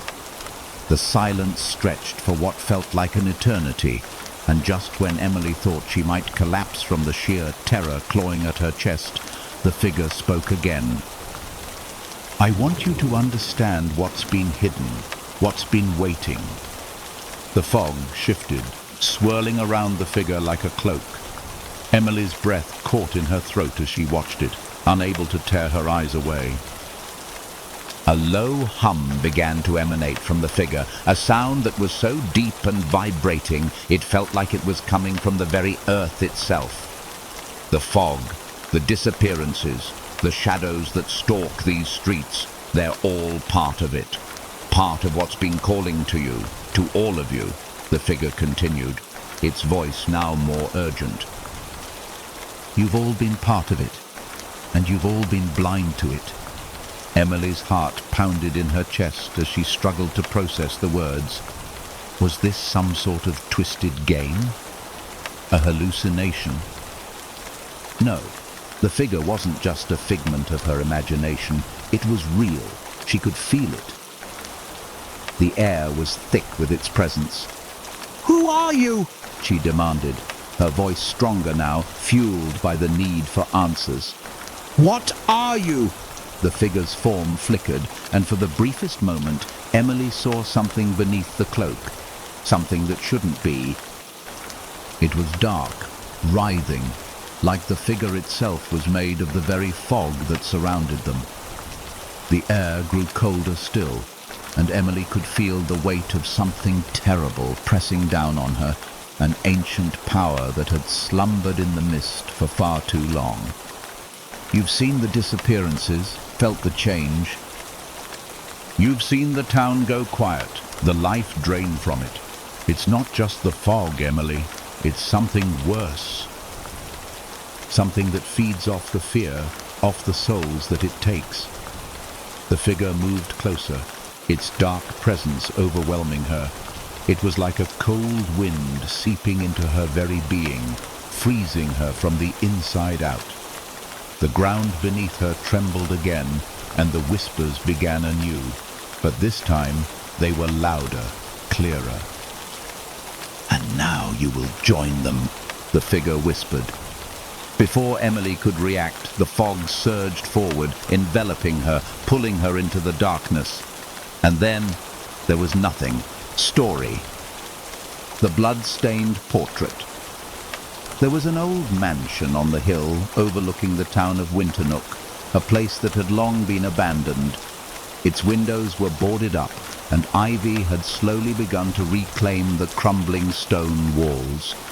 Most of the townspeople had long forgotten about it, but there were always whispers, hushed conversations about the strange events that had once taken place within its walls.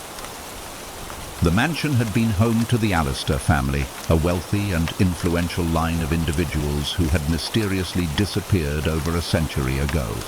After that, the mansion was left to decay, and the stories surrounding it began to grow into something darker, something sinister. Catherine had always been intrigued by the mansion. She had heard the stories growing up, of course, the tales of the strange occurrences, the eerie sounds at night, the mysterious portraits that had been hung in the grand hallway. But she had always dismissed them as just that, stories. After all, how could a painting be cursed? And what could be so strange about an old house? But when she inherited a modest property from a distant relative in Winternook, she couldn't resist the pull of the mansion. She had always wanted to explore it, to uncover the truth behind the legends. On her first night in the town, Catherine decided to visit the mansion. The sun was beginning to set, and the town was bathed in the soft golden light of dusk. As she approached the mansion, the wind began to pick up, rustling the trees around her, and for a moment she felt a chill settle over her shoulders, as though the house itself were watching her. The large iron gate creaked as she pushed it open, the rusty hinges protesting at the disturbance. The path leading to the mansion was overgrown, the once beautiful garden now wild with weeds and tangled vines. Catherine walked slowly, her footsteps muffled by the thick carpet of fallen leaves. The mansion loomed before her, its dark silhouette casting long shadows across the ground. She couldn't help but feel a sense of awe mixed with apprehension. The mansion had a haunting beauty to it, but there was something off about it. The air felt thicker here, the silence more profound. When she reached the front door, she hesitated. The door was slightly ajar, as if inviting her inside. She pushed it open, and the hinges groaned in protest. The inside of the mansion was even darker than she had imagined, the air stale and heavy with dust. The grand chandelier above her was covered in layers of cobwebs, and the furniture was draped in white sheets, as though the house had been frozen in time. As Catherine stepped further into the house, she was struck by a sudden feeling of being watched. She turned around, expecting to see someone standing in the doorway, but the entrance was empty. The only sound was the soft echo of her footsteps as she moved deeper into the hall. The hallway stretched before her, lined with portraits that seemed to follow her every move. Each one was a depiction of a member of the Allister family, their eyes cold and lifeless, their faces painted with grim expressions. But it was the last portrait that caught her attention. It hung at the end of the hall, a large ornate frame that stood out from the others. The painting was of a young woman, dressed in an elegant gown, her features delicate but pale. Her eyes were dark and piercing, and as Catherine looked closer, she could see a faint trace of something red. The woman in the painting was smiling, but it was a smile that seemed forced, as though she was hiding something. And then Catherine noticed it, the streaks of blood running down the woman's face, staining her neck and gown. It wasn't just a smear of paint. It looked real, as though the blood was still fresh. Catherine's heart began to race as she stared at the portrait.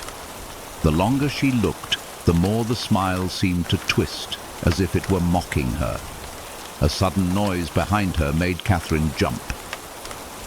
She turned, but there was no one there. The house was as silent as ever, the air still and heavy. But as she turned back to the portrait, she swore the woman's eyes had moved just slightly, as if she were watching her. Unsettled, Catherine stepped forward and reached out to touch the frame. Her fingers brushed against the cold, smooth wood, and in that moment the room seemed to shift. The air grew colder, the shadows lengthening, and the once still portrait seemed to pulse, as though the woman in the painting was alive, her blood-stained face twisted in agony. A sudden rush of cold air swept through the hallway, and Catherine heard a whisper, a voice, soft and distant, but unmistakably clear. "You shouldn't have come." Catherine recoiled, her hand pulling away from the painting as the whisper echoed through her mind. She looked around, but the house remained empty, silent and oppressive. She took a step back, her heart pounding in her chest. The air felt thick with something dark, something ancient, as though the house itself was alive with secrets. The door at the end of the hallway creaked open, as though it had been waiting for her to notice. Catherine didn't know why, but something inside her urged her to go through it, to uncover whatever lay beyond. She moved cautiously, the floorboards creaking beneath her feet, and stepped into the room. It was a study, dimly lit by a few scattered candles. The furniture was old, the shelves lined with dusty books, and there was a large desk in the center of the room.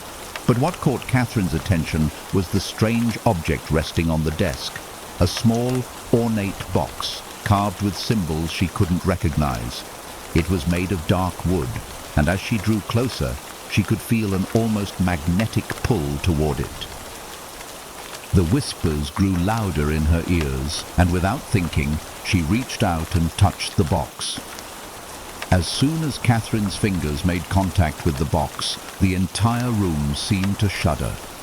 The floor beneath her feet trembled, and the walls groaned, as though the house itself were waking from a deep slumber.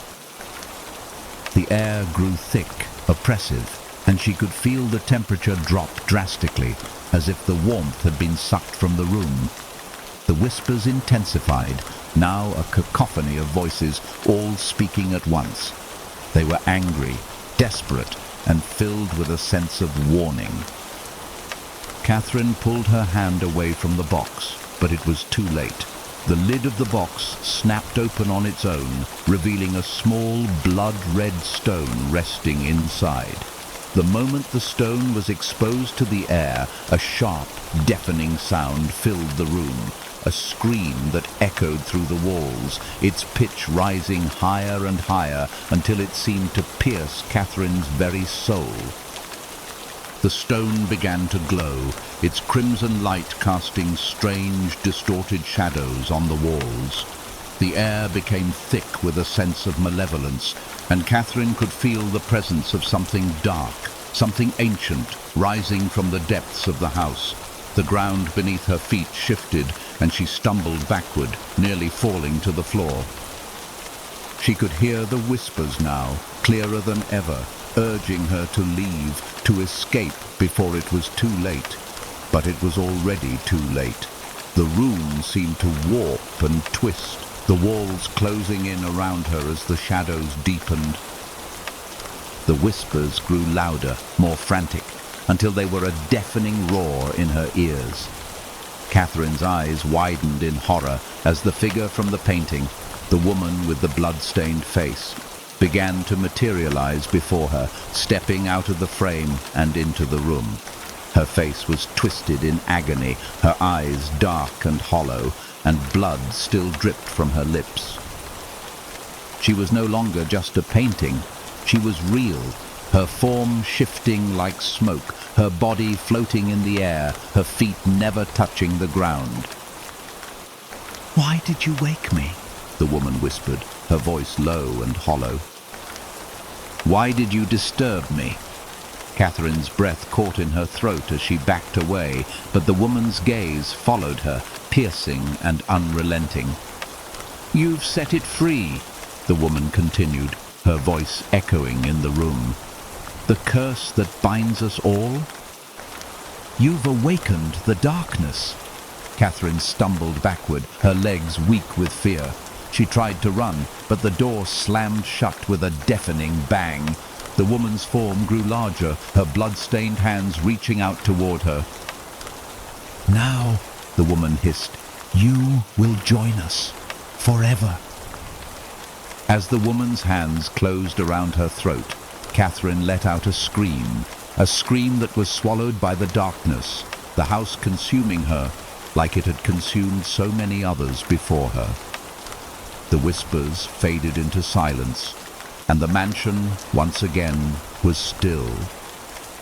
The portrait of the woman remained in the hallway, her smile twisted in triumph, the bloodstains now darker than ever. Story: The Last Light in the Abyss. The village of Rivenwood was built at the edge of the world, where the mountains met the sea in a constant, unyielding clash. The sky was always dark, no matter the hour. The clouds hung low and heavy, a permanent weight on the horizon, casting the village in perpetual twilight. The sea, too, was unforgiving, its waves relentless, its currents cold and unforgiving. No ships ever sailed into Rivenwood's port. The village had no docks. The sea was just a thing to be endured, not navigated. The people of Rivenwood were a quiet folk, their lives governed by simple routines. They lived in small stone cottages that seemed to melt into the earth beneath them. They avoided speaking about the past, and there was one thing, one warning that had been passed down through the generations. Never go near the abyss. The abyss was a place that lay hidden behind the cliffs at the village's edge. It was a yawning black pit, a chasm that seemed to reach down into the very heart of the earth. Its depths were said to be bottomless, its air thick with a cold that could freeze your soul. No one knew how it had come to be, but it was there, and it was forbidden. The elders spoke of it only in whispers, warning the villagers to stay away. Yet even in the face of such warnings, the children of Rivenwood dared each other to visit it, to see if the legends were true. Sophie had grown up hearing the stories of the abyss, as all the children did. But unlike the others, she never found them thrilling. She had always thought of them as just that, stories. Tall tales meant to keep the young from straying too far from home. However, there was one part of the tale that had always gnawed at her, the light. The light that could be seen flickering deep within the abyss. It was said to be a distant glowing flame that flickered and died, never quite out, always lingering at the edge of the chasm. It was the last remnant of something that had once been. The light had never been explained, but it was always there, hovering at the edge of the abyss. And so, when Sophie's father, Thomas, disappeared, the stories of the light began to take on a new meaning. It was a week after the storm that had battered the cliffs when Thomas vanished. He had been an experienced fisherman, but that storm had come without warning, the winds howling louder than Sophie had ever heard. He had gone to check the nets, just as he always did, but he never returned. The villagers searched the shore for days, but there was no sign of him. Sophie's heart sank with every hour that passed, until she knew, in the pit of her stomach, that her father was gone. But then, a few nights later, the light returned. It was faint at first, just a flicker in the distance, but Sophie could see it from her window. She had watched it with growing dread as it blinked in and out of view, like a dying star far off in the dark. It was the light from the abyss, the one her father had always warned her about.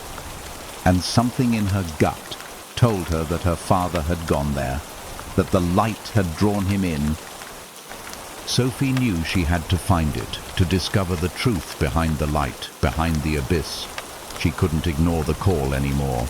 The questions were eating away at her, and she couldn't bear the thought of her father being lost forever in the depths of the chasm.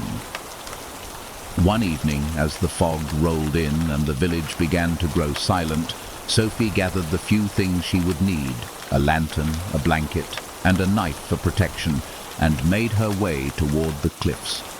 The moon was hidden behind thick clouds, but the glow from the abyss still flickered, steady and unyielding.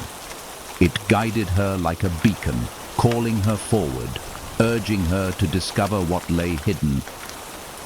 The path to the abyss was treacherous, steep and narrow, the jagged rocks beneath her feet slippery from the mist.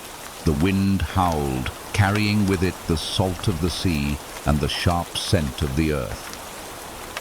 But Sophie kept moving forward, her heart pounding in her chest as she neared the edge of the cliffs. And then she saw it, the abyss. It was a gaping hole in the earth, stretching wide and deep. Sophie stood at the edge, peering down into its depths.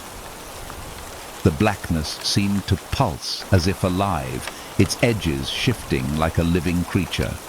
And there, in the center, was the light, a soft, pale glow that seemed to beckon her. It flickered weakly, but it was still there, glowing faintly in the heart of the abyss.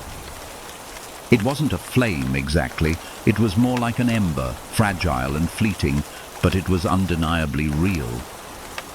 Sophie hesitated. The stories had warned her.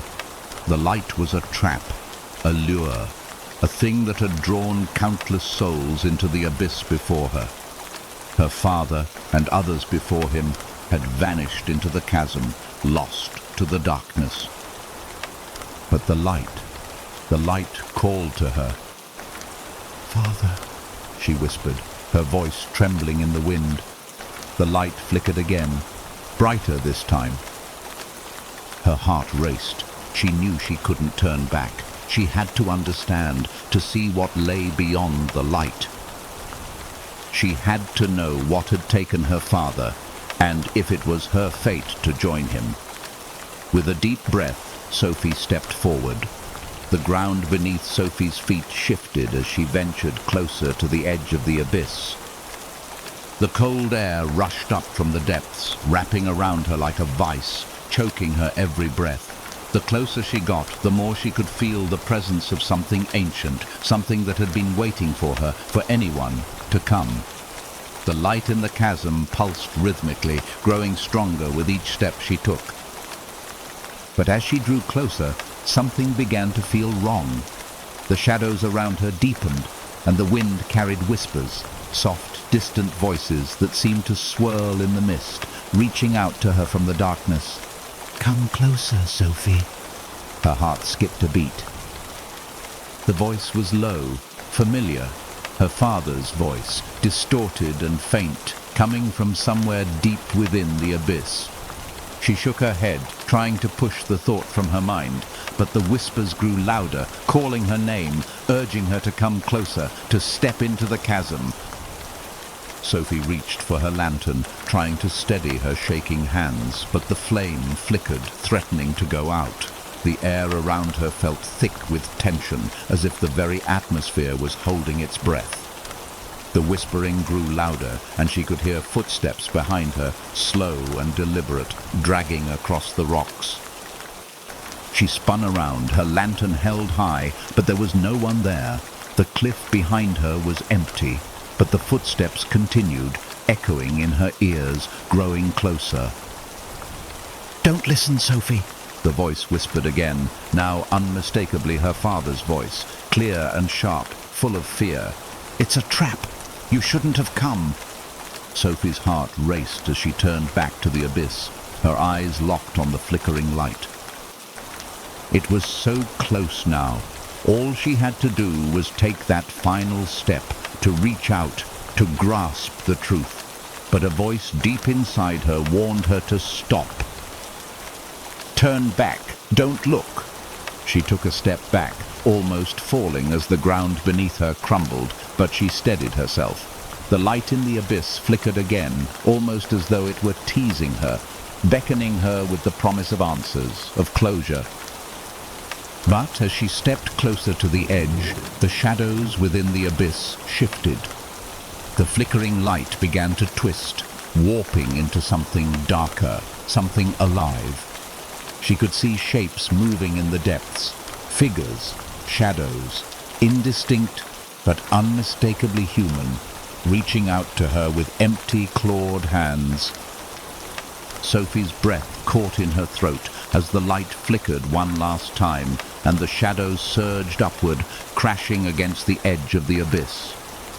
The figure of her father, now barely recognizable, appeared in the darkness, his face twisted in agony. "Sophie," he whispered, his voice breaking through the howling wind. "It's too late. You've come too far." Sophie felt the pull of the darkness, the urge to step into the abyss growing stronger. The ground beneath her feet shifted again, the rocks crumbling as she teetered on the edge. The light, now almost blinding, seemed to beckon her, calling her to join the others. But at the last moment, Sophie's will broke through. She stumbled back from the edge, her heart racing. She couldn't do it. She couldn't fall into the darkness, couldn't join her father in the abyss. The ground under her feet trembled as the darkness surged forward, reaching for her, but Sophie ran. She ran as fast as she could, her heart pounding in her chest, the whispers fading behind her. As she reached the safety of the village, the fog rolled in again, swallowing the abyss and its light, leaving the town of Rivenwood in its suffocating embrace. Sophie never spoke of the abyss again. She never mentioned the light, or the figure of her father, or the voices that had followed her. But every evening, as the sun dipped below the horizon, she could still see the faint glow of the light on the cliffs flickering in the distance, and she knew deep down that the abyss was never truly gone. It was waiting for the next one to step forward, and when the fog came, the village would fall silent once more, as it had for centuries. Story: The Screaming Clock Tower. The town of Waverley had always been a quiet, picturesque place, nestled between rolling hills and a vast, dense forest. It was the kind of town you would expect to find in a storybook. Charming cobblestone streets, crooked houses with ivy creeping up their sides, and a sense of serenity that seemed to hang in the air like a delicate mist. But beneath the surface, something darker lingered in Waverley, something the townspeople tried to ignore. The clock tower. The tower had been there for as long as anyone could remember, its tall, imposing silhouette dominating the center of town. It was the oldest structure in Waverley, built during the town's founding, and for generations it had stood as a symbol of the town's history. But it was also a symbol of something else, something that no one spoke about. There were whispers about the tower, rumors about the strange noises that came from it at night, the sounds of screams and cries that echoed in the dead of the night. And the clock, always ticking, but never quite on time. It had a rhythm, a pulse that didn't match the passage of time, as though it were counting down to something. Eliza, a young woman who had recently moved to Waverley to start a new life, had heard the stories but hadn't given them much thought. She had come to the town seeking peace and quiet after a traumatic event had upended her life in the city. The town seemed perfect, peaceful, calm, and removed from the chaos of her past. But there was something about the clock tower that unsettled her. It always seemed to loom over her, its face staring down at her as she went about her days. The townspeople spoke of it in hushed tones, avoiding eye contact whenever the tower was mentioned, as if the mere act of acknowledging it might awaken something that had been long buried. One evening, as Eliza was walking home from the market, she found herself standing at the base of the clock tower. The sun was setting, casting long shadows across the town, and the fog was beginning to roll in from the forest. The clock had just struck 6, its chimes reverberating through the empty streets, but there was something odd about the sound, something wrong. The chimes echoed longer than they should have, a low, mournful wail that seemed to pierce through the fog. Eliza shivered, a chill running down her spine. She looked up at the clock, its large face looming above her, its hands frozen at midnight. The clock had stopped working years ago, no one knew why, and yet the town had kept it as a relic, a monument to its past. But as she stared at the clock's face, something strange happened. For a split second, she thought she saw movement behind the glass, a shadow, dark and indistinct, passing across the clock's face. She blinked, but when she looked again, the shadow was gone. She shook her head, dismissing it as a trick of the light. But the feeling of unease lingered, crawling under her skin, like the whisper of a memory she couldn't quite grasp. She turned to leave, but as she walked away, she heard it, the sound of footsteps behind her, slow, deliberate steps, like someone was following her through the fog. She quickened her pace, but the footsteps matched her rhythm, growing louder with each step she took. She turned around, but there was no one there. Her heart raced as she hurried home, the footsteps fading as she walked faster. When she reached her front door, she slammed it shut, her hands shaking as she locked the bolt. She pressed her back against the door, breathing heavily, but the feeling of being watched didn't go away. It was as if the tower was waiting for her, its presence looming over her every moment. That night, as Eliza lay in bed, she couldn't shake the feeling of dread that clung to her. The fog outside had thickened, and the only sound was the occasional creak of the house settling. But as she closed her eyes, she heard it, the sound of a scream, distant but unmistakable. It echoed through the streets, long and drawn out, like a cry for help that was never answered. The scream came from the direction of the clock tower. Her eyes snapped open, her heart pounding in her chest. She sat up in bed, her mind racing. Had it been a dream, or was it real? She strained her ears, listening for any sign of the scream, but there was only silence. The town had always been quiet, but this was different. There was something in the air, something that felt wrong, and Eliza knew she couldn't ignore it any longer.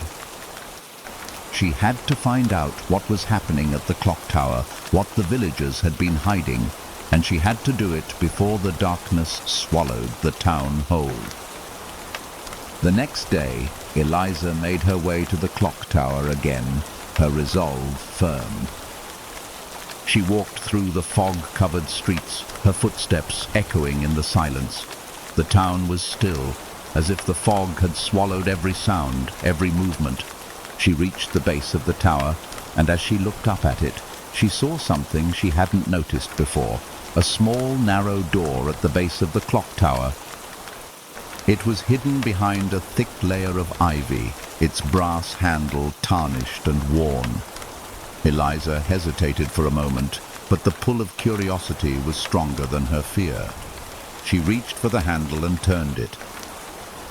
The door creaked open, revealing a narrow staircase leading up into the tower.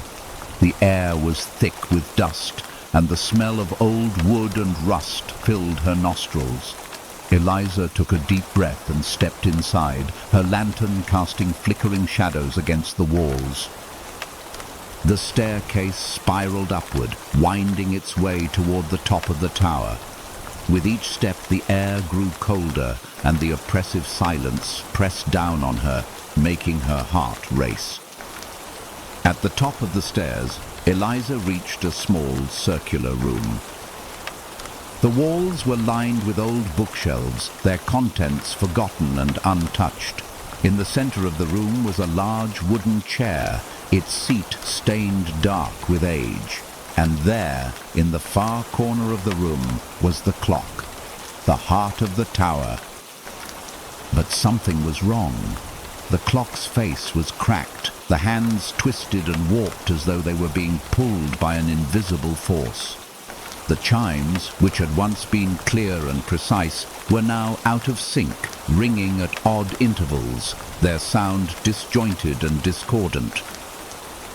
The room seemed to vibrate with an unnatural energy, and Eliza could feel the weight of it, pressing down on her chest, squeezing the air from her lungs. And then she heard it, the scream. This time it was closer, louder, as though it was coming from within the tower itself.